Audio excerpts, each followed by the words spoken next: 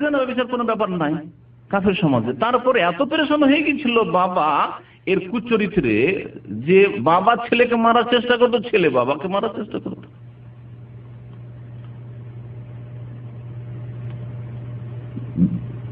ছেলেকে মারার জন্য একটা বোতলে বিষ ভরে ওতে লিখে রেখে দিয়েছে দাওয়াউন মুকাউইলিল জামা, এমন ওষুধ যাতে কি হবে, যৌন শক্তি বাড়বে। বলেন একজন লুচ্চা এরকম ওষুধ কেউ খাবে না, খাবে না? হ্যাঁ, যে 25-50-100 জন নারীর কাছে যাওয়ার চেষ্টা করে হারাম উপায়, সে তো এরকম ওষুধ পেলে মরিয়া হয়ে উঠবে, পাগল হয়ে উঠবে। তো মরিয়া পাগল হয়ে উঠলো এই ওষুধ। ছেলে বাবাকে খুন করে দিল যে একে রাস্তা থেকে না সরালে আমি গদিতে যেতে পারবো না, তাড়াতাড়ি সরাই, তাড়াতাড়ি সরাই। আল্লাহ পাকের নীতিমালা, কেউ যদি সময়ের আগে তাড়াহুড়া করে তাহলে আল্লাহ তাকে ওই উদ্দেশ্য থেকে বঞ্চিত করে। এটা আল্লাহ পাকের নীতি। মান তাআজ্জালা বিশাইইন ক্বাবলা আওয়ানিহি উকিবা বিহিরমানিহি। এটি হচ্ছে কায়দা ফিকহিয়া, শুনে রাখেন, ফিকহার কায়দারও একটি কায়দা। আম খাওয়ার বা লিচু খাওয়ার তাড়াতাড়ি করে কেউ যদি চেষ্টা করে, বলেন কাঁচাতে পাবে, কাঁচাতে, তাহলে পাকা আম পাবে না। আপনি আপনার ছেলের তাড়াতাড়ি ফল খেতে চান, আর আমাদের বাঙালি সমাজে এই দোষ আছে, ছেলেদেরকে উচ্চ শিক্ষিত করতে চাই না। তাড়াতাড়ি করে আমার ছেলে মাধ্যমিকে গিয়েছে, এই ছেলেকে বিদেশ পাঠিয়ে দিই, কারণ বিদেশে পাঠাইলে আমার গ্রামের কয়েক ছেলেকে দেখলাম প্রচুর টাকা পয়সা নিয়ে আসছে, ধনী হয়ে গেল, বাড়ি করে নিল, জমি জায়গা অনেক কিনতে পারলো। আর ছেলেকে পড়িয়ে বিএ পাস করাবো, এমএ পাস করাবো, আলেম করবো, কতদিনের দরকার, ওইসব করে লাভ নেই। হাফেজ হয়েছে, বিশেষ করে যারা হাফেজ বানাচ্ছেন তাদেরকে এই নসিহত, বাংলা ভাষী সবচেয়ে বেশি সংখ্যার দিক দিয়ে সিম্পল হাফেজ, অনলি হাফেজ, আর কিছু জায়গা কোরআন অর্থ বুঝে না, কারণ তাড়াতাড়ি ফল খাওয়ার চেষ্টা করেছে। বাবার হাফেজ হয়ে গেছে, এখন মসজিদে যদি কোনো জায়গায় অমতি করে কিছু টাকা পাবে, তারাবি পড়াইলে কিছু টাকা পাবে, আর যদি বিদাতি আরো কিছু কাজ করতে পারে, কোরআন খানি করতে পারে, বক্সাতে পারে, মিলাদ করতে পারে, তো আরো কিছু পাবে। এতগুলি লোক সামলে আবার হাফেজ তো হইলো কয়েক বছরে, এখন মাদ্রাসা দিলে আরো 8 বছর 10 বছর কে পড়াবে? আবার যদি বিদেশ যায় পড়াশোনার জন্য আরো অনেক সময় লাগবে, কখন ইনকাম করে দেবে? তাড়াতাড়ি ফল খাওয়ার চেষ্টা করলো, আল্লাহ পাক মাহরুম করে দিলেন। হাফেজের কাছ থেকে আর পাবে কি? ক্লিন কোম্পানি, বলেন দেখি, এসে 300-350 রিয়াল বেতনে হাফেজ হওয়ার পরে। কিন্তু আপনার ছেলে হাফেজ হওয়ার পরে যদি ভালো আলেম করতেন, দক্ষ হইতো, তাহলে তার ভালো ফল, পাকা ফল খেতে পেতেন। কাঁচা ফল খান, আর সেই ফল নষ্ট হয়ে যেতে পারে, ঝড়ে কাঁচা ফল কোনো কাজে লাগবে না সেই ফল। এই হচ্ছে অবস্থা। এই করলো কি, বাবাকে খুন করে দিল যে আমি তাড়াতাড়ি গদিতে যাব। বাবাকে খুন করে দেওয়ার পরে যখন ঢুকলো রাজ দরবারে, ঢুকলো তার বাবার যে ওষুধখানা ছিল, দাওয়াখানা, তাতে ঢুকলো, ফার্মেসিতে, রাজার স্পেশাল ফার্মেসিতে ঢুকলো। আর ঢুকেই দেখছে যে তো লিখা আছে রে, দাওয়া মুকাউইলিল জামা, এই ওষুধ খেলে কি হবে, সহবাসের শক্তি বাড়বে। আর এটা ডক করে পান করে দিলাম, বিষ চলে গেল। তারপর আর কোনো ছেলে নেই, কে তাহলে দেশ শাসন করবে? পারস্য দেশ শাসন করবে। এক মেয়ে ছিল, মেয়ে গিয়ে বসলো, ওই যে গদিতে মেয়ে বসলো।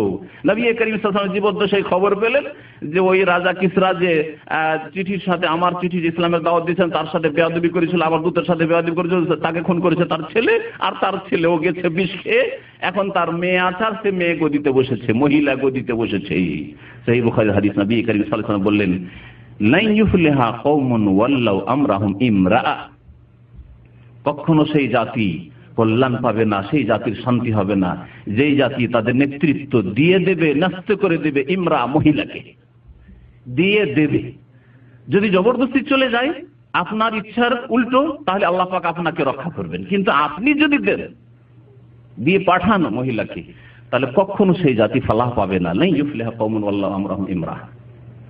এ দেখে বাঁচার একমাত্র উপায় যে আপনি মানুষকে দিনের দাওয়াত দেন, সঠিক জ্ঞান দেন, এবং মানুষকে ইসলামের দাওয়াত দিয়ে বোঝান। আর শুধু এই বিষয়টি নয়, এর আগে আরো বহু বিষয় রয়েছে ইসলামের দাওয়াতের সার্বিক ক্ষেত্রে কাজ করুন। আর আপনি অন্তর থেকে কমের পক্ষে ঘৃণা করুন, এই ঘৃণা করে প্রতিবাদ জানান, আর মুখে বলা যতটা সম্ভব ততটা বলুন, তাহলে আপনি ফালাহ পাবেন। লা ইউফলিহা কওমুন ওয়াল্লাহু আমরাহুম ইমরা। আল্লাহ পাক যেন আমাদেরকে নাজাত দান করেন। তো নবী করিম সাল্লাল্লাহু আলাইহি ওয়াসাল্লাম তখন বলেছিলেন ওই দুইজনকে, এক তো ঘৃণা করলেন দেখতে, তাহলে দাড়ি মোটা চেহারা নবী সাল্লাল্লাহু আলাইহি ওয়াসাল্লাম দেখা পছন্দ করেননি। আমি এখন মুসলিম ভাইদেরকে বলবো যারা দাড়ি রাখছেন না, বিভিন্ন কারণে দাড়ি রাখছেন না, ইমানি দুর্বলতা এক, দ্বিতীয় স্ত্রীর চাপ হতে পারে, ম্যানেজারের চাপ, আমি কোম্পানিতে চাকরি করি, তাই না, অনেক পাপিষ্ঠ মালিক রয়েছে তাদের চাপ, রাফেজি রয়েছে, ইসলামের দুশমন রয়েছে যারা চাই না, দাড়িকে বরদাস্ত করতে পারে না, এইরকম বহু কারণ থাকতে পারে। কিন্তু সবার উপর আল্লাহ পাকের শক্তি রয়েছে, আল্লাহকে রাজি করেন, আপনি রবকে রাজি করার চেষ্টা করেন। নবী করিম সাল্লাল্লাহু আলাইহি ওয়াসাল্লাম বলছেন, ওয়ালাকিন্না রাব্বি আমারানি, আমার রব আমাকে আদেশ করেছেন, বিইফা'i লাহিয়াতি, আমার দাড়ি বাড়াবার জন্য, ওয়া কাসসি শারিবি, আর আমার মুখোফ কাটার জন্য। আল বিদায়া ওয়ান নিহায়াতে এই হাদিসটি রয়েছে 4th খণ্ড 270 পৃষ্ঠা, ইমাম ইবনে কাসির রাহমাতুল্লাহ আল বিদায়া নিহায়াতে। নবী করিম সাল্লাল্লাহু আলাইহি ওয়াসাল্লামের কর্ম থেকে দেখেন দাড়ি, তার সম্পর্কে সাহাবায়ে কেরাম যা উল্লেখ করেছেন, কানান নবী সাল্লাল্লাহু আলাইহি ওয়াসাল্লাম কাসীফা শা'রিল লাহিয়া, রাওয়াহু মুসলিম, সহিহ মুসলিমের হাদিস। নবী করিম সাল্লাল্লাহু আলাইহি ওয়াসাল্লামের শুধু দাড়ি ছিল না, দাড়ি ছিল কাসীফ, খুব ঘন, কাসীফা শা'রিল লাহিয়া, দাড়ির যে কেস ছিল সেটা ছিল, দাড়ি খুব ঘন ছিল, আর মুখ ভরা দাড়ি ছিল, হালকা করা নয়, যেমন এক শ্রেণীর মাদ্রাসা পড়ার লোকেরা গালের উপর থেকে দাড়ি হালকা করে। অফি রিওয়ায়া, আরেকটি রিওয়ায়াত রয়েছে কাসীফাল লাহিয়া, আরেকটি রিওয়ায়াত রয়েছে কাসসুল লাহিয়া, দাড়ি খুব ঘন ছিল এবং মুখ ভরা দাড়ি ছিল। এই বিভিন্ন শব্দগুলি নবী করিম সাল্লাল্লাহু আলাইহি ওয়াসাল্লামের মোবারক চেহারা সম্পর্কে এসেছে। দুনিয়াতে নবী সাল্লাল্লাহু আলাইহি ওয়াসাল্লাম যদি মজুস যারা দাড়ি মুন্ডন করে এসেছিল তাদের দিকে দেখাটাকে পছন্দ না করেন, কাল কিয়ামতে যখন নবী সাল্লাল্লাহু আলাইহি ওয়াসাল্লামের খেদমতে হাজির হবেন হাসরের মাঠে শাফাআতের আশায়, কাল কিয়ামতে যখন হাজির হবেন নবী করিম সাল্লাল্লাহু আলাইহি ওয়াসাল্লামের হাউজে কাউসারের এক গ্লাস পানির জন্য একবার যদি পান করে নিতে পারি তো আর পিপাসা লাগবে না, তখন যদি নবী করিম সাল্লাল্লাহু আলাইহি ওয়াসাল্লাম আল্লাহ না করি নবী করিম সাল্লাল্লাহু আলাইহি ওয়াসাল্লাম যদি আপনার দিকে ঘৃণা ভরে দেখেন, দেখতে না চান, কি হবে আপনার, কি হবে আপনার, চিন্তা করুন। আপনি ইত্তাকুল্লাহ, আল্লাহকে ভয় করুন এবং ঈমানকে মজবুত করুন। জিন শয়তানকে সুযোগ দিয়েন না, মানুষ শয়তানকে সুযোগ দিয়েন না। আল্লাহ ছাড়া কাউকে রাজি করতে চান, আল্লাহ পাককে রাজি করতে চান। আল্লাহকে যে রাজি করবে আল্লাহ মানুষকে রাজি করে দেবে, আর যে মানুষকে রাজি করার চেষ্টা করবে আল্লাহকে অসন্তুষ্ট করে আল্লাহ পাক মানুষকে অসন্তুষ্ট করে দেবে, আল্লাহ অসন্তুষ্ট হয়ে যাবে। জি, এটা একটা হাদিসের কথা বললাম, যদি আমার ভাষাতে আমি বললাম কিন্তু নবী করিম সাল্লাল্লাহু আলাইহি ওয়াসাল্লাম হাদিস, যে যেই ব্যক্তি আল্লাহকে নারাজ করে মানুষকে রাজি করতে চায় আল্লাহ নারাজ হয়ে যায়, আর মানুষকেও নারাজ করে দেন, অসন্তুষ্ট করে দেন। আর যেই ব্যক্তি মানুষ অসন্তুষ্ট হচ্ছে হোক, কিন্তু আল্লাহ পাক আমাকে রাজি করতে হবে, নাজায়েজ কাজ করতে বাধ্য করছে আমি করব না, তার জন্য মানুষ অসন্তুষ্ট, আমার ক্ষতি করার চেষ্টা করে, আল্লাহ পাক আমি রাজি করলাম, তা আল্লাহ পাক মানুষকে রাজি করে দিবেন, ওদেরকে রাজি করে দিবেন যার মাধ্যমে আপনার ক্ষতি হবে না, অথবা আল্লাহ পাক আপনার জন্য উত্তম বিকল্প রাস্তা খুলে দেবেন। ওমাইয়াত্তাকিল্লাহ ইয়াজআল লাহু মাখরাজা, যারা আল্লাহকে ভয় করবে তাদের জন্য আল্লাহ পাক রাস্তা বের করে দিবেন। বহু রাস্তা আল্লাহ পাকের রিজিকের রাস্তা রয়েছে, বহু রাস্তা আল্লাহ পাক রব্বুল আলামিনের আপনার জীবনে সুখের রাস্তা রয়েছে, আল্লাহ পাক সেই সব রাস্তা খুলে দিবেন। এখন আইম্মায়ে কেরামদের কথা, নবী সাল্লাল্লাহু আলাইহি ওয়াসাল্লামের বচন উক্তি এবং নবী সাল্লাল্লাহু আলাইহি ওয়াসাল্লামের আমল দাড়ির ক্ষেত্রে জানার পরে আইম্মায়ে কেরামরা দাড়ি সম্পর্কে কি বলেছেন শুনেন। ইমাম ইবনে আব্দুল বার রাহমাতুল্লাহি আলাইহি তিনি বলেছেন, তার একটি কিতাব রয়েছে আত-তামহিদ, সেই কিতাবে বলেছেন ইয়াহরুমু হালকুল লাহিয়া, দাড়ি মুন্ডন করা হারাম, ওয়ালা ইয়াফআলুহু ইল্লাল মুখান্নাসুনা মিনার রিজাল, আর এই দাড়ি মুন্ডন একমাত্র পুরুষদের মধ্য থেকে ওই সব লোকেরা করে যারা হিজড়াদের লক্ষণ হচ্ছে দাড়ি মুন্ডন করা। তাহলে দাড়ি মুন্ডন করা সেই সমাজে ইমাম ইবনে আব্দুল বার বলছেন যে কোন মুসলিম করতে পারে না, মানুষ যদি করে তাহলে জানতে হবে যে সে হিজড়া, সেই জন্য কাজ করছে। ইমাম ইবনে আব্দুল বার রাহমাতুল্লাহ খুব পুরাতন যুগের ইমাম, এবং তিনি যে আপনার পশ্চিম দিকে মুসলিম শাসন পৌঁছেছিল, যেটাকে আন্দালুসি স্পেন বলা হয়, সেই দিকের মানুষ তিনি, এবং বড় ইমাম ছিলেন তিনি। তার মন্তব্য ইমাম ইবনে হাজম রাহমাতুল্লাহ আলাইহির কথা শুনেন। ইমাম ইবনে হাজম বলছেন আল ইজমা, ঐক্যমত রয়েছে, শুরুতে আমি বলেছি কোনো ইখতিলাফ নেই যে দাড়ি রাখলেও চলে না রাখলেও চলে না। আল ইজমা আলা আন্না কাসসা শারিবি ওয়া ইফাইল লাহিয়াতি ফারদুন, ইজমা রয়েছে যে মোচ ছোট করা, খাটো করা, আর দাড়ি বড় করা, দাড়ি বাড়ানো হচ্ছে ফরজ, আর যা ফরজ তাই ওয়াজিব। ওয়াজিব মানে ভাববেন না যে এটা ফরজের নিচে আছে, না, যাই ফরজ তাই হচ্ছে ওয়াজিব, একই জিনিস। ওয়াস্তাদাল্লাহ বিজুমলাতি হাদিস, তারপরে বেশ কিছু হাদিস পেশ করেছেন ইবনে হাজম রাহমাতুল্লাহ আলাইহি, আর তার মধ্যে ইবনে ওমর রাদিয়াল্লাহু তাআলা আনহু হাদিস, আর হাদিসগুলি অনেকগুলি আপনাদেরকে শুনাইলাম। ইবনে হাজম রাহমাতুল্লাহ আলাইহির একটি ফিকহের কিতাব রয়েছে আল মুহাল্লা, অনেকগুলি খণ্ড রয়েছে তার, তো সেই কিতাবে তিনি উল্লেখ করেছেন। সৌদি আরবের দ্বিতীয় বড় আলেম মুহাম্মদ বিন উসাইমিন রাহমাতুল্লাহি আলাইহি, তিনি তার মজমু ফাতাওয়া এবং রাসাইলের 11তম খণ্ড, 11 খণ্ড 125 পৃষ্ঠায় বলছেন, যখন তাকে জিজ্ঞাসা করা হলো সুয়েলা শেখ আন হুকমে হালকিল লিহা, দাড়ি মুন্ডন সম্পর্কে তাকে জিজ্ঞাসা করা হয়, তখন তিনি বললেন হালকুল লাহিয়াতে মুহাররামুন, দাড়ি মুন্ডন করা হচ্ছে হারাম, লিআন্নাহু মাসিয়াতুন লিরাসূলিল্লাহ, কারণ এটা হচ্ছে রাসূলুল্লাহ সাল্লাল্লাহু আলাইহি ওয়াসাল্লামের কি বিরুদ্ধে নাফরমানি করা। নবী সাল্লাল্লাহু আলাইহি ওয়াসাল্লাম বলেছেন আফুল লিহা, দাড়ি বাড়াও। ওয়ালি আন্নাহু খুরুজুন আন হাদিল মুরসালিন, রাসূলগণের আদর্শ থেকে বেরিয়ে যাওয়া, ইলা হাদিল মাজুস ওয়াল মুশরিকিন, অগ্নি পূজক এবং মুশরিক পত্তলিকদের আদর্শের দিকে। নবী রাসূলগণের আদর্শ বাদ দিয়ে আপনি অগ্নি পূজক মুশরিকদের আদর্শের দিকে চলে গেলেন। ইমাম ইবনে হাজম রাহমাতুল্লাহ আলাইহি আরো বলেছেন ইজমাউল ফুকাহা, ফুকাহায়ে কেরামদের ইজমা রয়েছে আলা এই বিষয়ে, আন্নাহু লা ইয়াজুজুল আখযু মিনাল লাহিয়াত মিম্মা দুনাল কাবদা, কতদূর পর্যন্ত ইত্তেফাক আছে, এক মুষ্টি পর্যন্ত রাখতেই হবে, এই বিষয়ে ইজমাতে এটা ফরজ, এই বিষয়ে কোনো দ্বিমত নেই। তো যেসব ভাইরা একেবারে দাড়ি রাখেন না আর এইসব প্রশ্ন করেন যে কতটা রাখতে হবে দাড়ি, তাদেরকে প্রথম বলো এক মুষ্টি তো রাখেন, এই ব্যাপারে ইজমা আছে, কোনো ইখতিলাফ নেই। এক মুষ্টির পরে যখন বড় হইতে লাগলো তখন ইখতিলাফ আছে, আর ইখতিলাফের ক্ষেত্রে সমাধান হচ্ছে আল্লাহ এবং রাসূলের আনুগত্য করা এবং সেই দিকে ফিরে আসা। যদি এই ক্ষেত্রে ইখতিলাফ আছে, কিন্তু আপনাকে নিরাপদ থাকতে হবে। তো বলছেন যে লা ইয়াজুজুল আখযু মিনাল লাহিয়াতি মিম্মা দুনাল কাবযা, ফাকাল ওয়া আজমাউ আলা আন্নাহু লা ইয়াজুজুল আখযু মিনাল লাহিয়াতি মিম্মা দুনাল কাবযা, এক মুষ্টি কাবযা, এক মুষ্টির কম করা জায়েজ নয়, এই বিষয়ে ইজমা আছে। হানাফি, শাফিঈ, মালিকি, হাম্বলি সমস্ত আইম্মা কেরামদের ইজমা রয়েছে, ঐকমত রয়েছে। ইমাম ইবনে তাইমিয়া রাহমাতুল্লাহ আলাইহি কি বলেছেন শুনেন, যিনি একজন মুজাদ্দিদ ছিলেন রাহমাতুল্লাহ আলাইহি, বলছেন ওয়া ইয়াহরামু হালকুহা, দাড়ি মুন্ডানো হারাম, ওয়ালাম ইউবিহু আহাদুন, আর কেউ এটাকে মুবাহ করেননি, মুবাহ মানে বুঝেন, কেউ জায়েজ করেননি, কোন আলেম এটাকে জায়েজ করেনি যে দাড়ি মুন্ডানো জায়েজ, এরকম কোনো ফতোয়া নেই।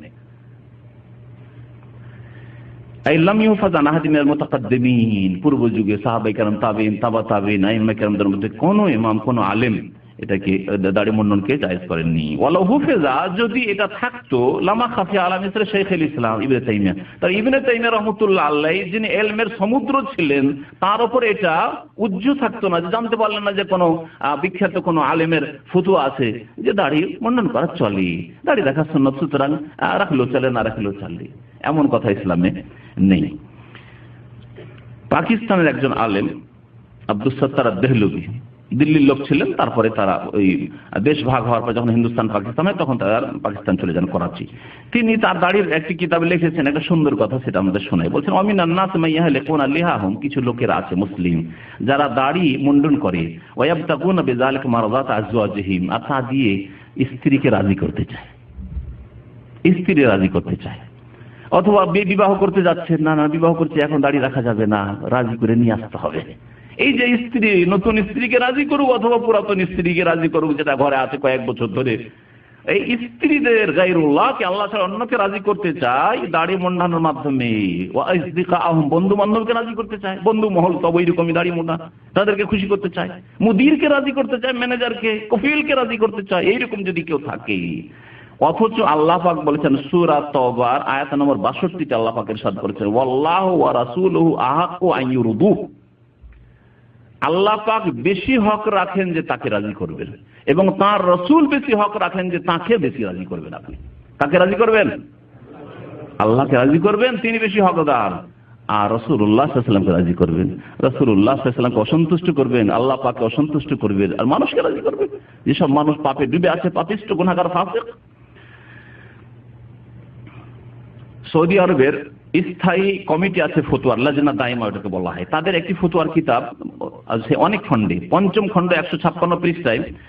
তাতে আছে আম্মা মায়া ফালু বাযুন নাস মিন হালকিল লাহিয়া, কিছু লোকেরা যে দাড়ি মুন্ডন করে ডান দিক থেকে বাম দিক থেকে এই দিক থেকে দাড়ি ছোট করে রাখে খুব বেশি করে, অথবা মুন্ডন করে, ফাইন্নাহু লা ইয়াজুজ, এটা জায়েজ নাই। লি মুখালাফাতি যালিকা লি হাদির রাসূল সাল্লাল্লাহু আলাইহি ওয়াসাল্লাম, কারণ রাসূলুল্লাহ সাল্লাল্লাহু আলাইহি ওয়াসাল্লাম আদর্শের এটি খেলাফ।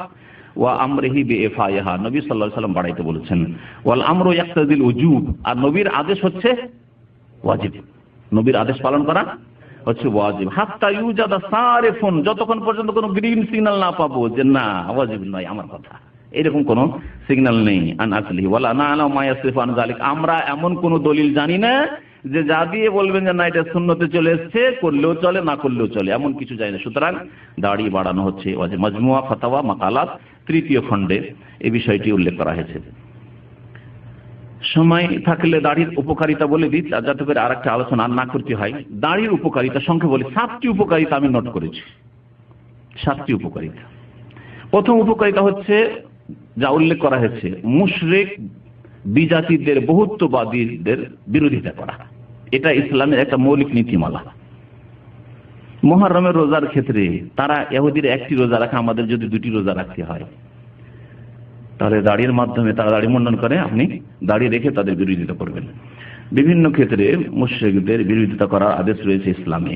আর এই বিষয়টির উপর ইমাম ইবনে তাইমিয়া রাহমাতুল্লাহ একটি কিতাবই লিখেছেন, ইকতিজাউস সিরাতিল মুস্তাকিম ওয়া মুখালাফাতু আসহাবিল জাহিল। সিরাতে মুস্তাকিমের দাবি হচ্ছে, সিরাতে মুস্তাকিম কি? ইসলাম। সিরাতে মুস্তাকিমের দাবি হচ্ছে ইসলামের দাবি, মুখালাফাতু আসহাবিল জাহিল, যারা জাহান্নামের পথে চলে গেছে তাদের বিরোধিতা করা, তাদের বিরোধিতা করা। ধর্মীয় ক্ষেত্রে, ব্যবসা বাণিজ্যের ক্ষেত্রে নয়, তারা যে ব্যবসা করছে আপনি সেই ব্যবসা করতে পারেন যদি হালাল হয়।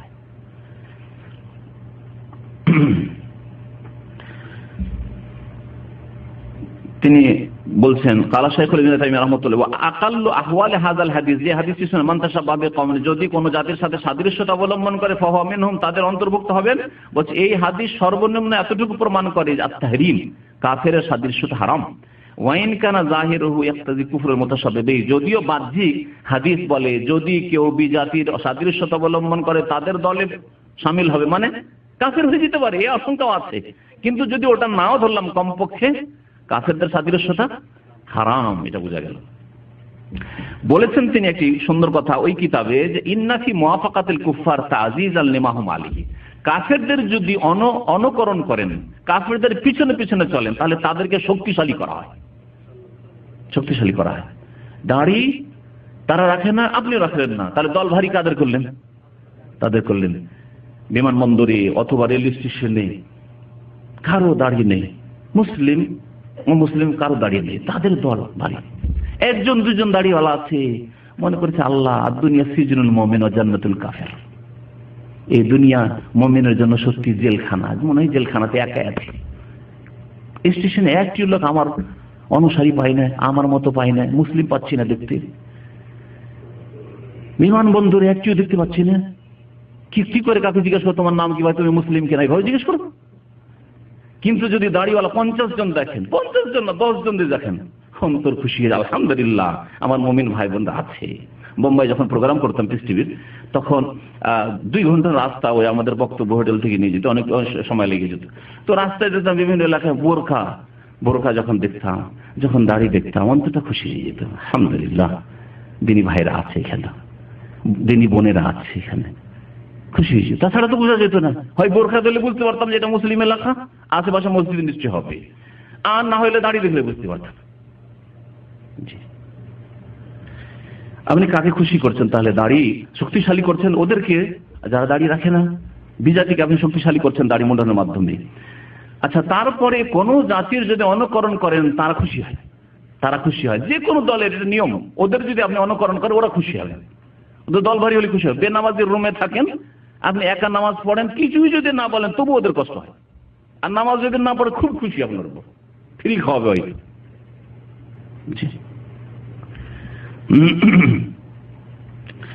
দ্বিতীয় উপকারিতা হচ্ছে, দাড়ি রাখা হচ্ছে মানুষের ফিতরাত, মানুষের যে নেচার রয়েছে, মানুষের যে প্রকৃতি রয়েছে তার অনুকরণ, তার অনুকূল হওয়া।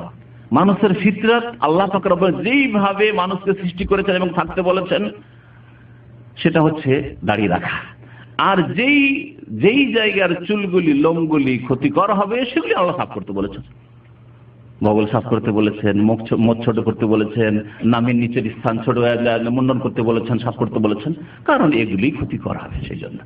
আর বাকি যেটা আপনার জন্য আমার জন্য উপকারী, মানব জাতির জন্য উপকারী, সেটাকে আল্লাহ পাক তার রাসূল সাল্লাল্লাহু আলাইহি সাল্লাম রাখতে বলেছেন, বাড়াতে বলেছেন। এতে প্রকৃতির অনুকূল হওয়া রয়েছে। আল্লাহ পাক রব্বুল আলামিন এটা পছন্দ করেন। পক্ষান্তরে শয়তান পছন্দ করে ফালা ইয়াগাইয়ুনা খালকাল্লাহ, আল্লাহ সৃষ্টিতে পরিবর্তন ঘটাতে। দাড়িতে তৃতীয় ফায়দা হচ্ছে আল্লাহর নেক বান্দাদের কি করা? সাপোর্ট করা, নেক বান্দাদের অনুকরণ করা, নেক বান্দাদের অনুসরণ করা। আল্লাহর যত নেক বান্দা ভালো মানুষ রয়েছে তারা সকলে দাড়িওয়ালা। শুধু তাই নয়, এমনকি নেক বান্দা ছাড়াও যারা দুনিয়ার ক্ষেত্রে বড় মনীষী হয়েছে, বড় মানুষ হয়েছে, তারাও দাড়ি রেখেছে। এটা এখানে উল্লেখযোগ্য কথা। তাহলে দাড়ি হচ্ছে পুরুষদের পূর্ণাঙ্গতা, কামালিয়াত তাদের। দেখেন, নাম নেওয়ার দরকার নেই, বহু অমুসলিম রয়েছে যারা দাড়ি রেখেছে, রবীন্দ্রনাথ ঠাকুরের মতো, কার্ল মার্কসের মতো, বহু লোক দাড়ি রেখেছে। কারণ এটা হচ্ছে পুরুষদের পূর্ণতা এটা, আর দাড়ি না রাখা হচ্ছে ঘাটতি, অসম্পূর্ণতা। সেই জন্য বড় বড় যারা মনীষী অমুসলিম হইলেও তারা দাড়ি রেখেছে। এরকম অনেকে আছে যেগুলির নাম নেওয়ার এখন সময় নেই আমার কাছে। চতুর্থ উপকারিতা হচ্ছে যে দাড়ি রাখলে বহু গুনাহ থেকে বাঁচতে পারবেন। এগুলো বাস্তব সত্য। দাড়ি থাকলে বহু গুনাহ থেকে বাঁচতে পারবেন। এই দাড়ি নিয়ে আজান একামতের মাঝখানেও দাঁড়িয়ে থাকতে বাইরে লজ্জা লাগে, মসজিদের বাইরে। আর একামতের পর তো থাকতেই পারবেন না দাড়ি নিয়ে। দাড়ি যদি মুখে থাকে, একামতের পরে নামাজ চলছে আর মসজিদের বাইরে বসে থাকবেন, মোটেই পারবেন না। তাই কত বড় গুনাহ থেকে বাঁচল নামাজ ছাড়া গুনাহ থেকে। ফিল্ম, রাস্তায় যে টিভির দোকানগুলো আছে, এগুলোতে অনেকে দেখা যায় দাঁড়িয়ে দাঁড়িয়ে তামাশা দেখছে।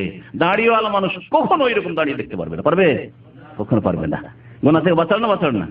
মহিলা আসছে, খুব সুন্দরী মহিলা, 4 হাত উঁচা, দেখে মনে হচ্ছে অন্তর কেড়ে নেবে। মানুষের সবার মধ্যে চাহিদা আছে, কিন্তু দাড়ি যদি মুখে থাকে, তাকিয়ে লজ্জায় মোটেই পারবেন না। যদি একবার নজর পড়ে যায়, বাধ্য হবেন, আপনার দাড়ি বাধ্য করেছে আপনাকে নজর টানতে সেদিক থেকে, তাই না? কিন্তু দাড়ি যদি না থাকে, চলে যাচ্ছে, এইদিকে যাচ্ছে যাচ্ছে যাচ্ছে। আমি অনেক লোককে মার করি, তামাশা বসে দেখছে দেখছে দেখছে, চলে ঘুরতে আছে ওর সাথে। মহিলা যেদিকে যাচ্ছে ওইদিকে ঘুরতে আছে, শুধু দাড়ি নাই সেজন্য। কিন্তু দাড়ি থাকলে এই গুনাহ থেকে বাঁচতে পারত। কখনো এটা সম্ভব হইতো না, কখনো এটা সম্ভব হইতো না। তো দাড়ি বহু গুনাহ থেকে বাঁচে। আমি 2-3টে গুনার উদাহরণ দিলাম। দাড়ি থাকলে আরেকটি ফায়দা আছে, যে দাড়ি রাখলে তার ফায়দা বলছে, সেটা হচ্ছে বেশি বেশি সালাম পাবেন। আর সালাম হচ্ছে দোয়া। দাড়ি থাকলে বেশি বেশি সালাম পাবেন, আর তাও সালাম পাবেন নেক লোকদের সালাম পাবেন। কারণ দাড়ি দেখলে, আচ্ছা, সালাম দেয় যারা, তারা 2 প্রকার। এক হচ্ছে পরিচিত লোক, অপরিচিত লোক। আপনাদের যুক্তিতে জিজ্ঞেস করি, পরিচিত লোকের সংখ্যা বেশি আমাদের না অপরিচিত লোকের সংখ্যা বেশি? অপরিচিত লোকের সংখ্যা বেশি। অপরিচিত মানুষ দাঁড়িয়ে না থাকলে কখনো সালাম দেবে না, একমত না আপনারা? অপরিচিত মানুষ দাড়ি দেখে আমাদেরকে সালাম দেয়। চেনা না, আমি মতিউর রহমান, আমার কোনো এলেম আছে, কিন্তু আমার দাড়ি দেখে সালাম দেবে অপরিচিত মানুষ। আর অনেকে সালাম দেয় যাদেরকে আমি চেনা, সে আমাকে চেনে না। কিন্তু যদি দাড়ি না থাকে, তাহলে একমাত্র পরিচিত, আর তাও পরিচিত, আপনার পরিচিত, আপনার দাড়ি না আপনার পরিচিত কোন শ্রেণীর লোকেরা, ওই রকম লোকেরা, তারাই সালাম দিচ্ছে। সালাম তো যাদের দোয়া হয়তো কবুল হইতেও পারে, নাও হইতে পারে। কিন্তু আল্লাহর নেক বান্দা, দাড়িওয়ালা মানুষ, পরেশগার মানুষ, ভালো মানুষ, আপনার যদি ইসলামিক লেভেল থাকে, তাহলে অবশ্যই সালাম দেবে। সালাম না দিয়ে পার হবে না, পরিচয় থাক আর নাই থাক। দোয়া চান না মুসলিম ভাইদের, আর তাও নেক লোকদের, ভালো মানুষদের, অবশ্যই অবশ্যই দোয়া চান আপনি। দাড়ি রাখলেই ইসলামের শক্তি প্রকাশ করা হয়, ইসলাম নিয়ে গৌরব প্রকাশ করা হয়, যেটা আপনার একটি ইবাদত, আল্লাহ সন্তুষ্ট এর উপর। আল্লাহ পাক আমাদেরকে সম্মানিত করেছেন ইসলাম দিয়ে, আল্লাহ পাক আমাদেরকে সম্মানিত করেছেন এই দাড়ি দিয়ে, আল্লাহ পাক আমাদেরকে সম্মানিত করেছেন এই কোরআন দিয়ে, আল্লাহ পাক আমাদেরকে মুসলিম পরিবারে সৃষ্টি করেছেন। এটা ফখরের বিষয় নয়, গৌরবের বিষয়। বলুন আলহামদুলিল্লাহ। এটা প্রকাশ করা হয় দাড়ির মাধ্যমে। আর দাড়ি না থাকলে আত্মগোপন করা হয়, চেনাইতে চান না যে আপনি কে। দাড়ির আরেকটি ফায়দা, দাড়ি থাকলে যেখানে আপনার মত হোক না কেন জানাজা পাবেন আর কাফন দাফন পাবেন। পক্ষান্তরে ভারতের ঘটনা বলছি, রেল স্টেশনে মারা গেছে, দাড়ি নেই, হিন্দুরা ওকে নিয়ে যাচ্ছে শ্মশান ঘাটে জ্বালাবার জন্য, কাড়াকাড়ি নিয়ে যাবে। মুসলিম দেখতে ছিল, বলছে না না না, মুসলিম হইতে পারে, দিয়ে দাও, আমাদেরকে দিয়ে দাও, দাফন করে দিয়ে দাও। না, হিন্দুরা দেবে না। এই যখন দ্বন্দ্ব বাঁধলো, সত্য ঘটনা, দ্বন্দ্ব যখন বাঁধলো, মুসলিমরা বললো যে উপায় তো কিছু নাই, তাহলে কাপড় খুলে দেখা যায়। ওটাও কাপড় উঠিয়ে দেখা যায়। কাপড় উঠিয়ে দেখা গেল যে মাশাআল্লাহ খাতনা করা মুসলিম। ওপর থেকে বোঝা গেল না মুসলিম, কাপড় উঠিয়ে দেখতে হলে তাহলে বোঝা গেল যে খাতনা করা মুসলিম। তারপরে জানাজা পেল, তারপরে দাফন কাফন পেল, না হলে চলে যেত দুনিয়ার জাহান্নামে, দুনিয়ার জাহান্নামে চলে যেত। দাড়ির উপকারিতা কটা বললাম? 7টা হয়ে গেল। 8 নম্বরে স্বাস্থ্যগত শারীরিক সুস্থতার দিক দিয়ে দাড়িতে বহু ফায়দা রয়েছে। আমাদের একজন ওস্তাদ ছিলেন ইংলিশ MA আলিগড় ইউনিভার্সিটি থেকে, তিনি আমাদেরকে ইংলিশ সাবজেক্ট পড়েছেন জামিয়া সালফা বেনারসে। তো তিনি অনেকগুলি ফায়দা ওই কালে বলেছেন, যখন আমার বয়স ছিল 20-21 বছর হয়তো তখন। তো সেই কালে শুনেছিলাম তার কাছে। আর এখন একটি কিতাবে কিছু উপকারিতা পেলাম, কিন্তু সেগুলি বলার সময় নাই, খুব সংক্ষেপে বলছি। আর দাড়ি যারা রাখে না তাদের স্বাস্থ্যগত বিভিন্ন ক্ষতি রয়েছে, বিভিন্ন রোগে তারা আক্রান্ত হয়। আর দাড়ি রাখলে অনেক রোগ থেকে বাঁচতে পারেন, আর দাড়ি না রাখলে, দাড়ি মুন্ডন করলে অনেক রোগে আক্রান্ত হয় মানুষ। তার মধ্যে সবচেয়ে বড় ফায়দা, দাড়িতে যৌন ক্ষমতা শক্তিশালী করে, বৃদ্ধি করে। দাড়ি রাখলে যৌন ক্ষমতা, যাতে আপনার স্ত্রী সন্তুষ্ট হবে, যাতে আপনার স্ত্রী অন্যদিকে নজর যাবে না, যাতে আপনার স্ত্রী মনে করবে না যে এ তো পারে না রে। যদি দুর্বলতা থাকে, ইমানের দুর্বলতা থাকে, আমলের দুর্বলতা থাকে, তো অন্যদিকে টান দিতে পারে, এইসব যাতে না হয়। তো দাড়িতে পুরুষত্ব বৃদ্ধি পায়। এগুলো মেডিকেল কথা বলছি, এগুলো কোনো কাল্পনিক কথা নয়, যেগুলি বিভিন্ন কিতাবে লেখা হয়েছে। পক্ষান্তরে দাড়ি মুন্ডন করলে এই যে পুরুষত্বের যে শক্তি আছে, যৌন চাহিদা আছে, সেটা দুর্বল হয়ে পড়ে ধীরে ধীরে। দাড়িতে মাড়ি বড় আল্লাহ নিয়ামত। যার মাড়ি আছে সমস্ত শক্ত জিনিস খেতে পারছেন, তাই না? সমস্ত শক্ত জিনিস, শক্ত হাড্ডি খেতে পারছেন, শক্ত গোস্ত খেতে পারছেন, শক্ত মুড়ি ইত্যাদি অনেক কিছু খেতে পারছেন আপনি, শক্ত ফল খেতে পারছেন। কিন্তু দাঁত নাই ভাই, আপেল খেতে পারছি না, দাঁত নাই, গোস্ত খেতে পারছি না, গোস্ত ছিঁড়তে পারছি না। এই মাড়িকে শক্তিশালী করে এই দাড়িতে। দাড়ি বিভিন্ন রকমের যে পয়জন রয়েছে, জীবাণু রয়েছে, জীবাণু থেকে এই গর্দনকে বাঁচায় বা এই গলাকে বাঁচায়, আর সিনাকে, যতদূর পর্যন্ত দাড়ি আসে ততদূর পর্যন্ত বুক পর্যন্ত দাড়ি আসে, তো যতদূর পর্যন্ত দাড়ি আসে বাঁচায় বিভিন্ন যারা সিম, যেগুলো আরবিতে বলা হয়, অর্থাৎ জীবাণু থেকে বাঁচায়। দাড়ি যারা রাখে না, মুন্ডন করে, তাতে হয় কি যে হৃদয়ের স্পন্দন আছে, স্পন্দন আছে না, যে হাতে স্পন্দন আছে, এরকম হৃদয় স্পন্দন আছে, এটা পালপিটেশন বেড়ে যায়, যেটাকে পালপিটেশন বলা হয় ইংরেজিতে। হ্যাঁ, হৃদয়ের স্পন্দন বেড়ে যায় বেশি বেশি দাড়ি মুন্ডন করলে। দাড়ি মুন্ডনে মাথার ব্যথা, যেটা হেডেক বলা হয়, মাথার ব্যথা বাড়ে। দাড়ি মুন্ডনে হৃদয়ের ব্যথা, এমনকি যে হৃদয়ের যে হার্টের ব্যথাও বাড়ে। দাড়িতে হয় কি, দাড়ি মুন্ডন করলে চুলকানি হয়। দেখবেন বাস্তব সত্য, যারা দাড়ি মুন্ডন করেছেন যদি দাড়ি রাখার চেষ্টা করেন খুব চুলকাবে, বা দাড়ি রাখেন না, একটু বড় হয়ে গেছে, 1 সপ্তাহ 10 দিন দাড়ি মুন্ডন করতে পারেন, এমন চুলকায় থাকতে পারেন না। কথা সত্য না? জানেন? তাহলে যারা বারবার দাড়ি মুন্ডন করে, কারণ এই চেহারা, মোবারক চেহারা, মানুষের চেহারা অত্যন্ত, এই চামড়া খুব নরম, বারবার করে ওর ব্লেড চললে হয় কি, ওতে এমন এক অ্যালার্জি হয়ে যায়, চুলকানি শুরু হয়ে যায়। একটু বড় হলে এই না চুলকালে আর থাকতে পারেন না। দেখবেন কিছু লোকে চুলকায় এত করে, এই চুলকানির রোগ হয় দাড়ি মুন্ডন করলে। এছাড়া আরো বহু রকমের রোগ হয়, ইনফেকশন হয়। আল্লাহ পাক রব্বুল আলামিন আমাদেরকে দুনিয়া এবং আখিরাতের বালা মুসিবত থেকে বাঁচিয়ে রাখেন। একটি হাদিস পেশ করে শেষ করে দিচ্ছি। নবী করিম সাল্লাল্লাহু আলাইহি ওয়াসাল্লাম বলেছেন, কুল্লু উম্মতি মুআফা ইল্লাল মুজাহিরিন। আমার উম্মতের প্রত্যেককে আল্লাহ মাফ করবেন, কিন্তু যারা প্রকাশ্যে গুনাহ করে তাদেরকে আল্লাহ মাফ করেন না। এই হাদিস দাড়ির ক্ষেত্রে ফিট হবে না। যেমন ধূমপানের ক্ষেত্রে এর আগে এই হাদিস বলেছি, ফিট করেছি। যারা ধূমপান করে তারা প্রকাশ্য গুনাহ করে, রাস্তাঘাটে যেখানে সেখানে ধূমপান করছে, সুতরাং তাদেরকে আল্লাহ মাফ করবেন না এই হাদিসের আলোকে। দাড়ি মুন্ডন করা, চেহারা কখনো লুকিয়ে রাখতে পারবেন না। সুতরাং দাড়ি মুন্ডনের গুনাহ হচ্ছে এমন গুনাহ যেটা প্রকাশ্যে করা গুনাহ, 24 ঘন্টার গুনাহ, সব সময়ের গুনাহ, আল্লাহ পাক মাফ করবেন না এই হাদিসের আলোকে। আর হাদিস বুখারীতে রয়েছে। কুল্লু উম্মতি মুআফা ইল্লাল মুজাহিরিন, আমার উম্মতের প্রত্যেককে মাফ করা হবে, কিন্তু যারা প্রকাশ্যে গুনাহ করে তাদেরকে মাফ করা হবে না। প্রকাশ্যে গুনাহের মধ্যে এমনকি লুকিয়েও যদি গুনাহ করেন আর যদি পরে বলেন সেটাও প্রকাশ্য গুনাহ। এই রাত্রে আমি এই কাজ করেছি, আম পেড়ে খেয়েছি, রাত্রে আমি এই জেনা করেছি, কারো গায়ে হাত দিয়েছি, কোনো মহিলার গায়ে হাত দিয়েছি, এইসব কথা অনেক ফাসিক ফাজেররা কোনো কালে করেছে, আর সেগুলি বলতে থাকে আল্লাহ পাক ওদেরকে মাফ করবেন না। এই হাদিস আম সব ক্ষেত্রে। দাড়ি ছোট করার ক্ষেত্রে যারা ছোট করে থাকে অথবা বিদাতি, তারা একটি হাদিস পেশ করে থাকে। হাদিসটি সহিহ নয়, হাদিসটি তিরমিজিতে আছে। হাদিসটি আমর ইবনে শুআইব থেকে বর্ণিত, তার দাদা থেকে তিনি বর্ণনা করছেন, আন্না নবী সাল্লাল্লাহু আলাইহি সাল্লাম কানা ইয়াখুযু মিন লিহিয়াতিহি মিন আরজিহা ওয়া তুলিহা। নবী সাল্লাল্লাহু আলাইহি সাল্লাম তার দাড়ি ছোট করতেন, লম্বার দিক থেকেও আর সাইড থেকেও। এই হাদিস মিন আরজিহা ওয়া তুলিহা, ছোট করতেন। আর এই ছোট করতেন হাদিস নিয়ে দাড়ি যে যেমন রাখে, কেউ 1 ইঞ্চি, আধা ইঞ্চি, কোন রকমের রেখা, 2 ইঞ্চি, আর সবগুলো ঠিক, কারণ নবী সাল্লাল্লাহু আলাইহি সাল্লাম দাড়ি কাটতেন।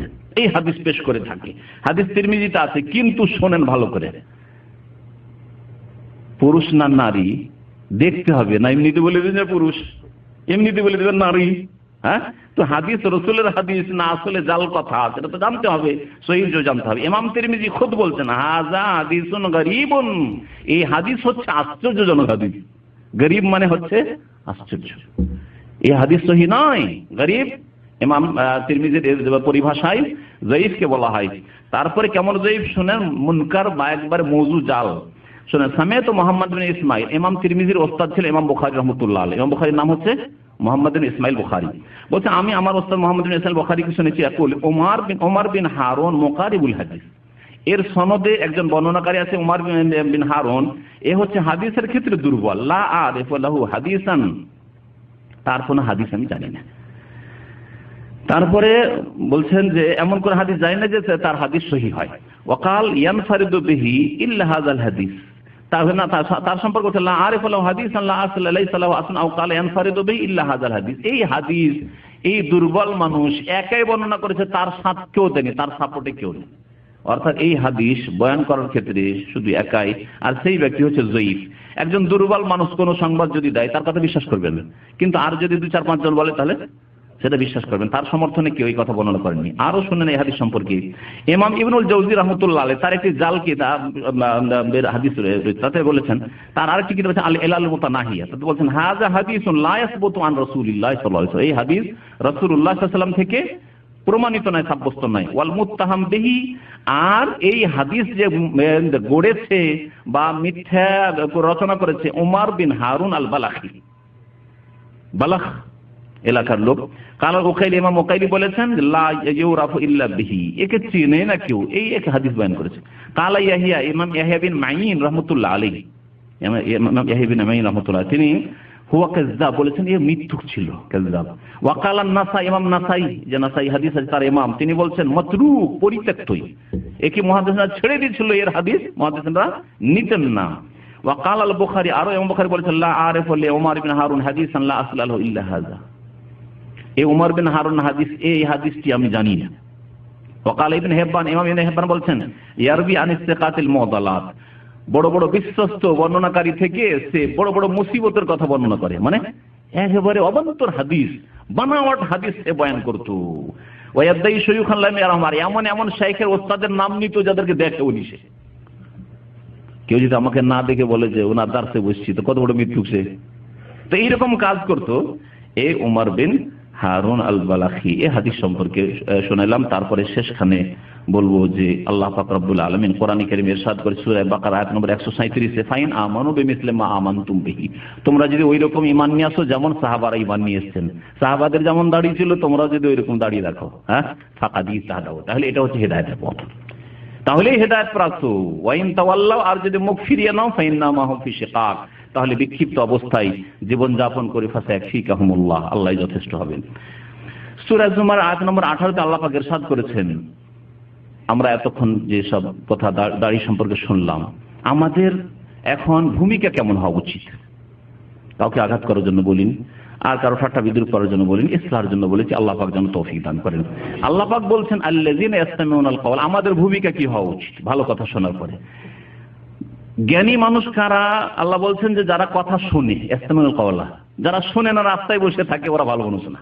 ইয়াসতামিউনা কথা শোনে আল্লাহ এবং রাসূলের কথা, ফায়াত্তাবিউনা আহসানা, তারপরে ভালো কথার অনুসরণ করে, ভালো কথা মানে, ভালো কথা শুনলেন মেনে নেন। এটা হচ্ছে জ্ঞানীর পরিচয়, মুমিনের পরিচয়। উলাইকাল্লাযীনা হাদাহুমুল্লাহ, এদেরকে আল্লাহ হিদায়াত করবেন। ওয়া উলাইকা হুমুল উলুল আলবাব, আর এরাই হচ্ছে জ্ঞানবান ব্যক্তি। আল্লাহ দুটি কথা বলেছেন, জ্ঞানবান এবং হিদায়াত প্রাপ্ত কারা? যারা শোনে আর তারপর শোনার পরে কি করে? আমল করে। আল্লাহ পাক যেন আমাদেরকে ভালো কথা শোনার তৌফিক দান করেন, ভালো কথার প্রতি আমল করার তৌফিক দান করেন। আল্লাহ আমাদের ইসলাহ সংশোধনের তৌফিক যেন দান করেন। নবী করিম সাল্লাল্লাহু আলাইহি সাল্লামের চেহারার মতো আমাদের চেহারা করার জন্য তৌফিক দান করেন। তার আকীদার মতো, তার ইবাদতের মতো, তার আমলের মতো আমাদের আমল করার জন্য তৌফিক দান করেন। সুবহান রাব্বিকা রাব্বিল ইজ্জাতি আম্মা ইয়াসিফুন, ওয়া সালামুন আলাল মুরসালিন, ওয়ালহামদুলিল্লাহি রাব্বিল আলামিন। আব্দুল্লাহ বিন ওমর, আচ্ছা, নবী সাল্লাল্লাহু আলাইহি ওয়াসাল্লামের সম্পর্কে যেটা হাদিস, সেটা জানলে যে মুনকার হাদিস, সহিহ নয়। আব্দুল্লাহ বিন ওমর সম্পর্কে একটি হাদিসে আছে যে তিনি যখন হজ করতেন অথবা উমরা করতেন তখন দাড়ি একটু ছোট করতেন। তিনি যখন হজ উমরা করতেন। এই হাদিসের বিভিন্ন উত্তর দেওয়া হয়েছে। গুরুত্বপূর্ণ একটা প্রশ্ন করেছে, আমার সময়ের স্বল্পতার জন্য ওটা ছেড়ে দিচ্ছি এখানে। তো সেটা হচ্ছে যে প্রথম কথা, এটা হচ্ছে সাহাবীর আমল। তারপরে 2 নম্বর কথা যে তিনি হজ উমরা করার পরে তার হয়তো ইজতিহাদ ফতোয়া ছিল যে মাথার চুল ছোট করলাম, তার সাথে একটু দাড়ি ছোট করি, একটু ছোট করি, এইরকম করতে, এমন না যে ছোট করে 1 ইঞ্চি 2 ইঞ্চি করি। এটা ছিল তার আমল। আর এটা দাড়ি মুন্ডনও নয়, আর এই ছোট করে 1-2 ইঞ্চি করাও নয়, আর সব সময়ও নয়। হজ উমরা যখন ফারেক হইতেন মাথার চুল কাটার সাথে তিনি করতেন। এগুলো প্রশ্ন রেখে দেন, দাড়ি প্রশ্ন আছে? আচ্ছা, আর শান্ত হয়ে বসেন, শান্ত হয়ে বসেন। যারা খানা দিচ্ছেন শান্ত হইতেন।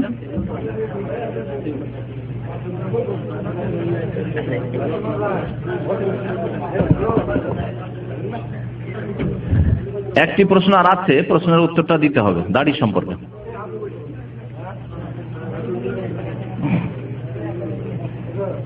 শান্তে চুপচাপ খান আর প্রশ্নটা শোনেন। এক ভাই জিজ্ঞাসা করেছে, একজন লোক কথাই কথাই বলে তোর দাড়ি আমার বালের মতো, আউযুবিল্লাহ। যদি এই কথা কেউ বলে তাহলে সে মুসলমান নাই। যে নবী সাল্লাল্লাহু আলাইহি সাল্লামের অনুসরণে দাড়ি রেখেছে, আর তার দাড়িকে কেউ যদি তার বালের মতো বলে, ভাষাটা বলতে খারাপ লাগছে, নোংরা লাগছে আমাকে, কিন্তু না করলে কুফর না, বাস কুফরি কথা বলা কুফরি নয়, তো তার এটা কুফরি, তার ইসলাম থাকবে। নামাজ রোজা হজ যাকাত কিছুই কবুল হবে না যতক্ষণ তওবা করেও তার কাছে মাফ না চাইবে এবং আল্লাহর দরবারে ফিরে না আসবে। এটা হচ্ছে ইসলাম ভঙ্গকারী বিষয়ের একটি, আল্লাহর দিন নিয়ে যে ঠাট্টা মজাক করবে।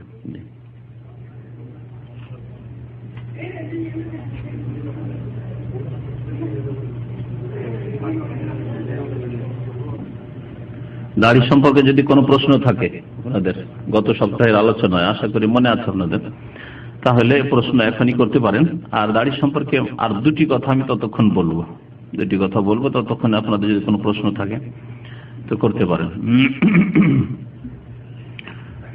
বিসমিল্লাহির রহমানির রহিম, আলহামদুলিল্লাহি রাব্বিল আলামিন, ওয়াসসালাতু ওয়াসসালামু আলা রাসূলিহিল কারীম ওয়া আলা আলিহি ওয়া সাহবিহি আজমাইন ওয়া মান তাবিআহুম বিইহসানিন ইলা ইয়াউমিদ্দিন, আম্মা বাদ। আল্লাহ পাক রব্বুল আলামিনের সমস্ত প্রশংসা, সালাত এবং সালাম নাযিল হোক প্রিয় নবী সাল্লাল্লাহু আলাইহি সাল্লামের উপর। দাড়ি সম্পর্কে একটি কথা হচ্ছে যে নবী করিম সাল্লাল্লাহু আলাইহি সাল্লামের একটি হাদিসের আলোকে আর কোরআনে কারীমের একটি আয়াত, যা গত আলোচনায় পেশ করেছিলাম, এই আয়াত এবং হাদিসের আলোকে দাড়ি হচ্ছে আল্লাহ পাকের সৃষ্টিতে বিকৃতি ঘটানো বা পরিবর্তন করা, দাড়ি মন্ডন করা। দাড়ি মন্ডন করা হচ্ছে আল্লাহ পাক রব্বুল আলামিনের সৃষ্টিতে বিকৃতি ঘটানো। আব্দুল্লাহ বিন মাসউদ রাদিয়াল্লাহু তাআলা আনহু থেকে বর্ণিত হাদিস সহিহ বুখারী মুসলিমে রয়েছে।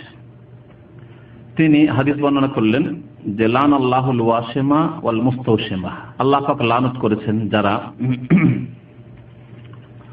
ওইসব মহিলাদের উপর যারা উল্কা বলে মনে হয় নাকি, যে উল্কি না, উল্কি লাগায় অথবা উল্কি লাগানো তলব করে, যাদের লাগানো হয় আর যারা এই পেশা করে তাদের উপর লানত করেছেন। যা হিন্দুরা করে, দেখা যায় ফিলিপাইনিদের পুরুষদের গায়ে দেখা যায়, অনেক মুসলিমরা করে।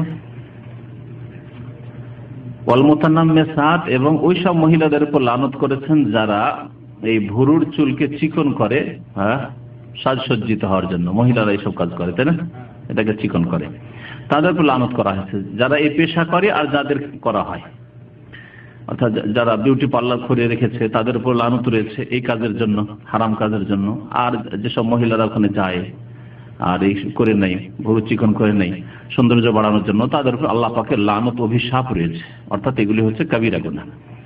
ওয়াল মুতাফাল্লিজাত লিল হুসন, আর সৌন্দর্য বাড়ানোর জন্য যারা দাঁতকে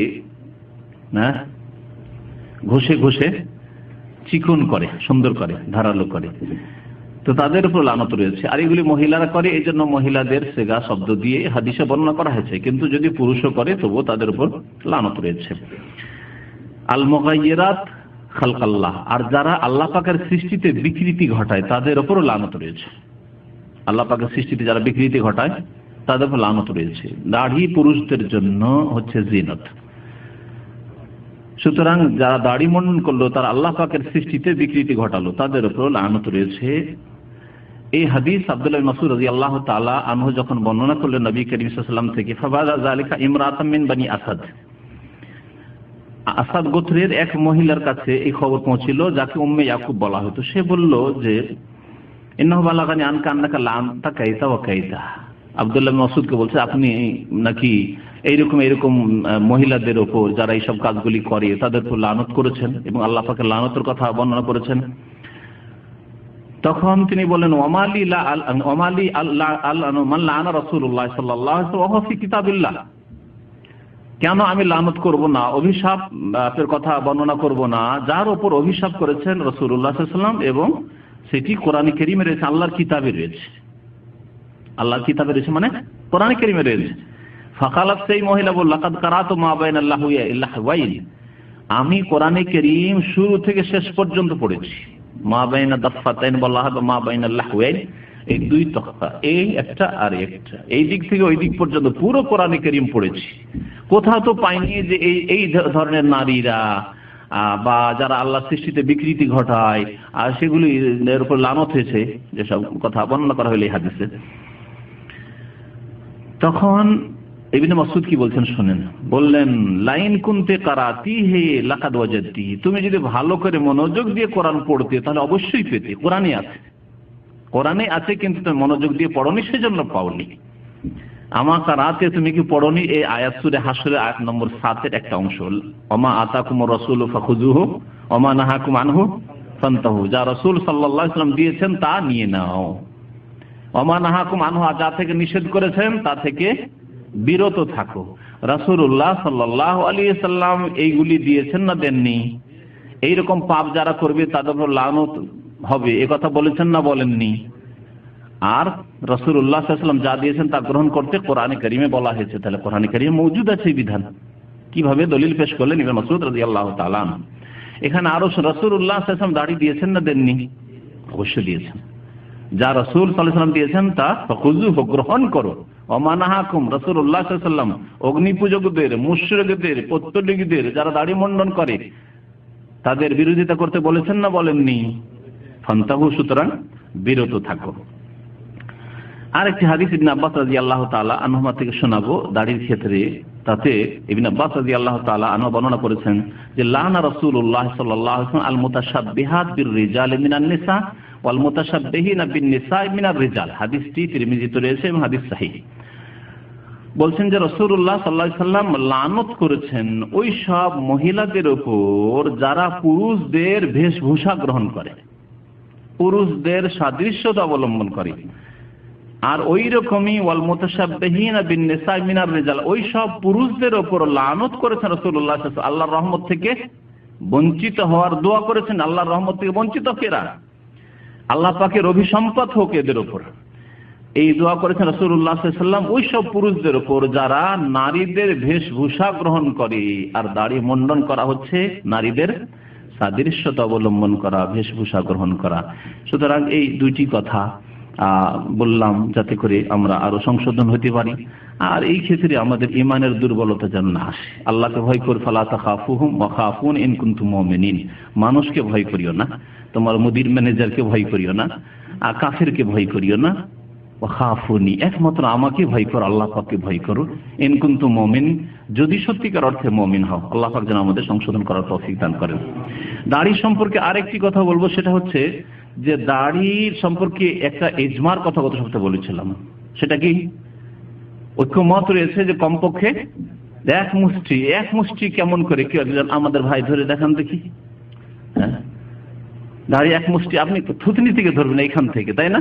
এই না যে এখান থেকে, মানে কিছু ফাঁসেকরা আছে যে এখান থেকে এদিকে তো হয়ে গেল এক মুষ্টি, ওর মুখটা এক মুষ্টি হয়ে গেল, তাই না?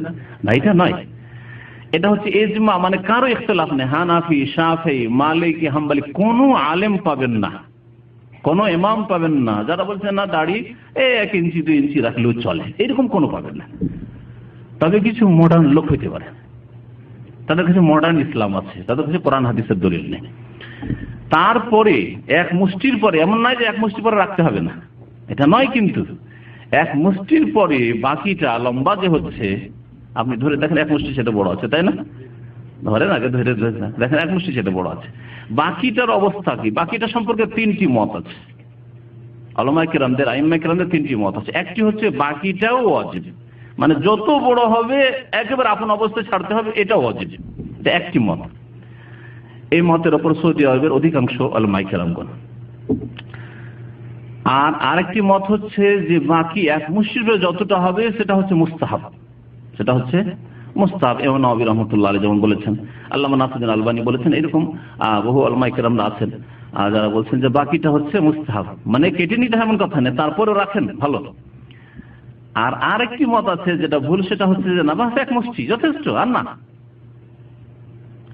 তো এই দাড়ি সম্পর্কে মোটামুটি আমার জ্ঞানে যতটুকু বলার প্রয়োজন ছিল আশা করি বলা হয়েছে। এছাড়া যদি আর কোনো প্রশ্ন থাকে, এই বিষয়গুলি প্রশ্ন গত সপ্তাহে হয়তো উঠতো বা কেউ কেউ জিজ্ঞেস করছিলেন, বক্তব্যের পরে সময় ছিল না, সেজন্য স্পষ্ট করে দিলাম যে দাড়ি বাড়ান, যেমন নবী করিম সাল্লাল্লাহু আলাইহি ওয়াসাল্লাম বলেছেন এবং নবী করিম সাল্লাল্লাহু আলাইহি ওয়াসাল্লাম বাড়িয়েছেন।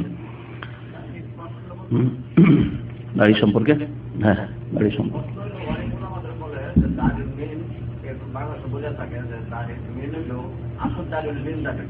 কোনটা? এটা আলেম না। আচ্ছা, আমাদের দেশে আলেমের সংজ্ঞা আলাদা, আর আরব দেশে আলেম সংজ্ঞা আলাদা। আরব দেশে আলেম গোটা সৌদি আরব মিলে হচ্ছে 2-4-10টা আছে, আর আমার দেশে কওমি মাদ্রাসা ফারিগ হইলে আলেম, আর ফাজল কামেল আলেম পাশ করলে, আলিয়া মাদ্রাসা পাশ করলে আলেম। আসলে আলেম না, আলেম ওই ব্যক্তিকে বলা হয় যার কোরআন এবং হাদিস সম্পর্কে গভীর জ্ঞান আছে, কোরআন হাদিসের দলিল নিজে পেশ করে এই মাসলা সম্পর্কে। এই জন্য আমি এই কথা বললাম যে অমুক আয়াত অথবা হাদিস আছে, এইরকম যোগ্যতা আছে। এমন কয়টা লোক আছে মাদ্রাসা ফারেগ হয়ে আসে, দাওরা ফারেগ হয়ে আসে, আর কামেল টাইটেল পাশ করে আসে, আসার পরে এখানে আরবি বলতে পারে না, ফি মাফি আপনাদের মতোই আরবি বলে, আনা ফি রু আনা ফি কালাম, তারপরে বলে আলেম? কখনো না। তাহলে আলেমের সংজ্ঞা আসলে আমাদের দেশে ভুল। মাদ্রাসায় পড়লে আলেম হয়ে যায়, হ্যাঁ মসজিদে অমতি করলে আলেম হয়ে যায়, এগুলি ভুল ধারণা। সেই জন্যই আপনারা তো ডাক্তার সবাইকে মনে করেন ডাক্তার, যারা আসলে মেডিকেল কলেজে পড়াশোনা করে তারাই ডাক্তার। তার মধ্যে দেখেন আসলে অভিজ্ঞ না, শুধু স্যাম্পল এমবিবিএস করে এসছে। অনেক এমবিবিএস এর কাছে চিকিৎসা করাতে চান না, কারণ বেশি কিছু জানে না। ওর চাইতে ভালো দেখো স্পেশালিস্ট।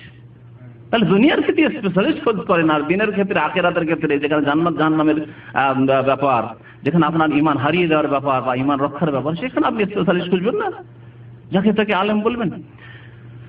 আমি ছোটকালে আমার স্কুলের এক বন্ধু ছিল, স্কুলে পড়েছিলাম ছোটকালে, বাংলা ইংলিশ। তো এক ছেলে বলছে এটা হচ্ছে দাড়ির ইমাম। এক ছেলে বলছে যে এটা হচ্ছে দাড়ির ইমাম। তো আমার দেশে বিদাতি অনেক কথা আছে, এটা দাড়ির ইমাম, এটা হচ্ছে দাড়ি, যেমন আমাদের ভাই বলেন আব্বানি ভাই, যেটা হচ্ছে আসল দাড়ি না। এমন কথা আসলে শরীয়তে না, এটা আসল দাড়ি যেটুকু রাখলেই হবে। এক শ্রেণীর ফাঁসে গেলে যদি এইটুকু রেখেছে ব্যাস। তো এইগুলি কথা নয়, আর এটা দাড়ির ইমামও নয়। দাড়ি সবটাই মুখের উপরে গত সপ্তাহে বলা হয়েছে, আলোচনা হয়েছে। আশা করি এতটাই যথেষ্ট। ওয়া সাল্লাল্লাহু আলা নবিয়িনা মুহাম্মদ ওয়া আলা আলিহি ওয়া সাহবিহি আজমাইন।